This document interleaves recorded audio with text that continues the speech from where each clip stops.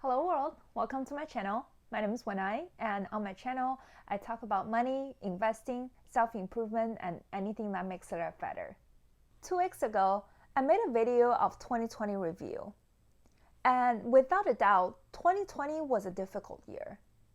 But despite of what's going on around the globe, there are people and companies who did really well in 2020. So the deciding factor for whether or not you're having a good year is not the external circumstances, rather your personal goal and achievements. Without a goal, you wouldn't be able to know if you did well or not. For example, if you made $100,000 this year, is that a good or bad thing? Well, it's pretty awesome for people who normally make $50,000, but people who normally make $1 million would be kicking themselves for having such a bad performance. So here we are at the beginning of 2021, feeling refreshed and ready to start all over again. The first step we need to take is to set up a goal for ourselves and set up a system to achieve our goal, therefore to set up a successful year ahead of ourselves. So today I'll be sharing with you 5 steps for you to set up goals for your new year, as well as some of my personal goals for the new year. Let's get started. Step number 1, decide the categories that you want to work on. This is pretty easy. You can choose 2 to 3 different categories that you want to focus on this year. It can be things that you didn't do well and you want to work on this year, or it can be things you did well and you want to master in this year. Or you can use the categories that I used in my 2020 review, which are 5 different categories. They are health, finance, relationships, business and career, and last one is self-learning and self-development. Step number 2, brainstorm. At this stage, I want you to brainstorm of anything that you want to achieve in this new year. And don't worry about specifics at this point. Just write whatever comes to your mind onto a piece of paper. For example, you might have a goal of buying your own house. And at this stage, just write down, I want to sleep in my own house. And don't worry about where you're buying the house, how much it will cost you to buy a house, how much down payment you need, or anything like that. Just write down that you want to own your own house. It might not be a 1-year plan, but just use that as an example. At this stage, write down whatever comes to your mind, and don't worry about if they are achievable within a year or if they are specific enough. Just write down. Step number 3, organize your brainstorm into a sentence that is SMART. And of course, SMART stands for specific, measurable, attainable, realistic, and time-bound. I'm sure a lot of you have heard SMART goal, but I just want to go over it really quickly. So for a goal to be effective, it has to be first specific. So you can't set up something that is very vague. For example, I want to be a better person, right? What's a better person? You want to set up something like, I want to go volunteer at animal shelter. That's something specific that you can actually do instead of just saying that you want to be a better person.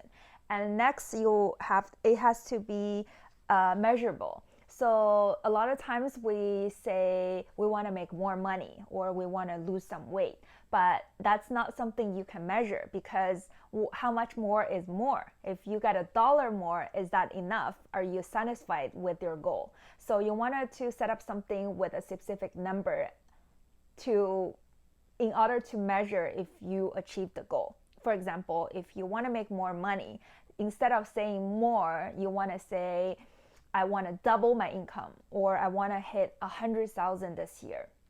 That would be something that's measurable. Next is achievable or attainable. So a good goal should be a stretch for you so that you feel challenged, but it's not so stretched that there's no way you can achieve that goal. Next is realistic or relevant.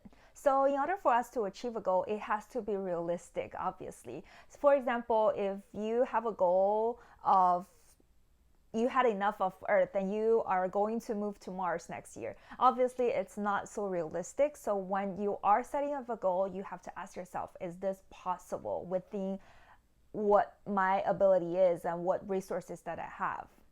The last one is time bound. So obviously we cannot measure our goal if we don't have a deadline. For example, if you have a goal of losing 10 pounds and you have to say, do you want to lose 10 pounds by June 30th, or you want to lose 10 pounds in 5 years, obviously that would be a completely different outcome, depends on the deadline of your goal. So here is an example of my SMART goal that I have set up for myself in my business/career category. So the first one that I have is to generate $1,000 in sales every month by the end of June 30th, 2021. So this goal is, first of all, specific. What I want to do is to increase my revenue on my Amazon FBA business. And second, it's measurable. I want $1,000 in sales every month. So if I made $999, that means I didn't reach my goal. If I made $1,000, that means I did reach my goal. And third, it's attainable. I already have a business. My revenue is around $300-400 a month, so it's totally achievable to hit $1,000. And fourth is realistic. It's Amazon FBA's business. I already have a business in place. Everything is already moving. I just wanted to grow and expand it. And the fifth, it's time bound. So I wanted to achieve this goal by the end of first half of the year. So by June 30th, if my report says I made over $1,000 in revenue, that means I have achieved my goal. So this is example of a SMART goal, and you want your goal to be specific like this so you can hold yourself accountable. Step number 4, break down your goals into bite sizes and set up your milestones. This step is for goals that are a little bit complicated and requires a couple steps to achieve them. If you have a simple goal, like for example, drinking 8 glasses of water, there's really no steps to follow. You just drink your water. Using the example that I just used in previous step of my Amazon business, this goal does require a couple steps for it to become true. So in order for me to increase my revenue, first of all, I need to work on my inventory. As of right now, I do have a problem with my inventory because I don't have enough to sell. That will limit how much I can generate in revenue. So that's something I need to work on. I need to either communicate with my supplier to say if they can up the quantity, or I have to reach out to new suppliers to make sure that I have sufficient product to sell. And second, if I want to increase my revenue, I have to also expand my product line. So that's something I need to do. I need to do my research to bring in more products to sell for my business. So those are the small steps that you have to figure out in order for you to achieve your goal. Number 5, and the final step, is to transform your goal, your milestone, your checking points, and your baby steps into something that you use daily. So if you're someone who uses your calendar for all the appointments or anything important, then you want to make sure you transform those baby steps into your calendar. If you're someone who carries a daily planner, then you want to write down those things on a specific day. So for example, using the same example that I used for my Amazon business, I wanted to make sure I write down first by June 31st if my revenue is $1,000. So I want to write down by that time to make sure I check in at that time. But before I reach there, remember I said I have to reach out to new suppliers. So maybe I wanted to make sure I reach out to 3 other suppliers by, let's say, March 31st. So on March 31st, I have to write down that I have to reach out to 3 different suppliers.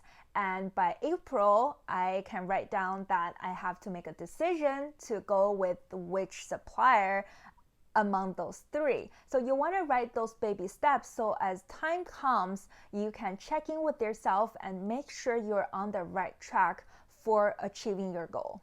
So these are the 5 steps that I use to set up goals for myself in 2021. I hope this is useful for you so you can set up smart goals for yourself to have a better 2021. And before you go, I do want to share with you that I do have a goal of reaching 500 subscribers by the end of this year. So if you're here already, I really appreciate your time, and please subscribe so I can see you every week. All right, thank you guys. Bye.